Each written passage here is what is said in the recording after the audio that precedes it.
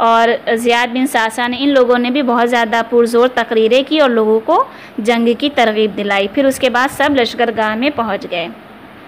اب امام حسن علیہ السلام کے جو پیروکار تھے، جو چاہنے والے تھے، وہ لشکرگاہ کی طرف تو پہنچے، لیکن امام حسن علیہ السلام کے سپاہیوں کو اگر دیکھا جائے تو 4 حصوں میں ہم اسے تقسیم کر سکتے ہیں۔ خواران یہ سب آپ لوگ لکھ لیجئے نا، یہ کام آئے گا، یہ اس کو پوچھ سکتے ہیں ہم۔ امام حسن علیہ السلام کے جو سپاہیوں کو 4 حصوں میں تقسیم کیا جاتا ہے۔ سب سے پہلا خوارج، سب سے پہلا جو دستہ تھا خوارج کا، جو معاویہ سے دشمنی اور ان سے جنگ کرنے کے لیے آئے تھے، نہ کہ امام کی طرفداری کے لیے۔ یعنی امام کی طرف سے تو تھے یہ لوگ، لیکن ان کا مقصد یہ نہیں تھا کہ ہم امام کی حمایت کریں، امام کی مدد کریں، بلکہ انہیں معاویہ سے کیونکہ دشمنی تھی، لہٰذا وہ امام حسن علیہ السلام کے ساتھ جنگ کرنے کے لیے آمادہ ہوئے تھے۔ تو یہ گروہ کون سا تھا؟ خوارج کا گروہ تھا۔ لکھ لیجئے، سب سے پہلا دستہ جو تھا خوارج، جو صرف معاویہ سے دشمنی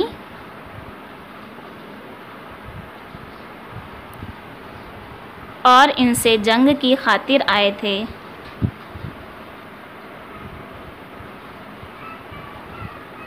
نہ کہ امام کی طرفداری کے لیے۔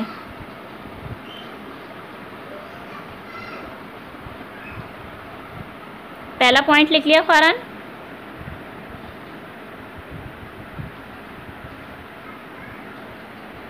فاران پہلا پوائنٹ آپ لوگوں نے لکھ لیا؟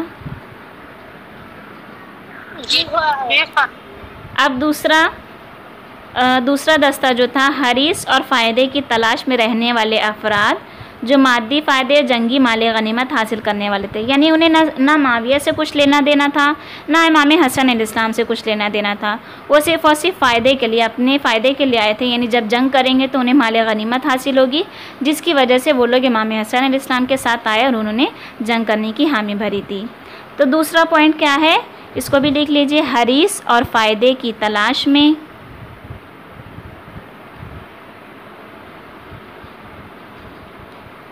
حریص اور فائدے کی تلاش میں رہنے والے افراد،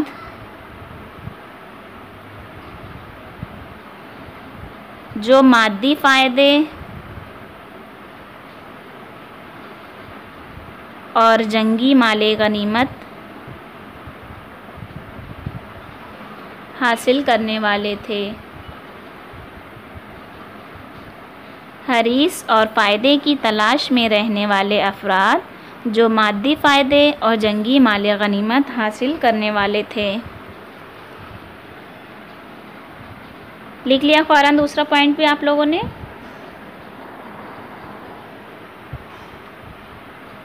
جی ہاں، ٹھیک ہے۔ اور جنگی مال غنیمت، یعنی جب جنگ کریں گے تو جنگ کے بعد جب جنگ ختم ہو جاتی ہے تو جو بھی لشکر ہار جاتا ہے تو اس کا جو سارا سامان ہوتا ہے جیتنے والا لشکر لے لیتا ہے۔ تو جب جیتنے والا لشکر لے گا تو جتنے لوگوں نے بھی جنگ کی تھی تو انہیں بھی دیا جاتا تھا، تو اسے کہتے ہیں مال غنیمت، جنگی مال غنیمت۔ تو اس کی لالچ میں بعض لوگوں نے امام حسن علیہ السلام کے ساتھ ملحق ہوئے تھے تاکہ معاویہ سے جنگ کر سکیں۔ اب تیسرے وہ افراد تھے شک کرنے والے اور جس کو ہم کہتے ہیں ڈاماڈول رہنے والے افراد، کہ جن کے پر امام حسن علیہ السلام کی حقانیت ابھی ثابت نہیں ہوئی تھی۔ اور ظاہر ہے کہ جب جو لوگ امام حسن علیہ السلام کو ابھی اچھے طریقے سے، کامل طریقے سے امام حسن علیہ السلام کو امام قبول نہیں کیے تھے، تو ایسے افراد کبھی بھی اپنے جانصاری کا ثبوت نہیں دے سکتے تھے۔ یعنی یہ لوگ، بس اتنا لکھ لیجئے آپ لوگ کہ یہ لوگ شک کرنے والے تھے کہ جن کے اوپر امام حسن کی حقانیت ثابت نہیں ہوئی تھی۔ یعنی یہ لوگ معاویہ کو تو سمجھتے تھے کہ وہ اچھا انسان نہیں ہے، لیکن ان لوگوں کے اوپر امام حسن علیہ السلام امام ہے، ان کی حقانیت بھی ثابت نہیں ہوئی تھی۔ یہ لوگ شک کرنے والے افراد تھے۔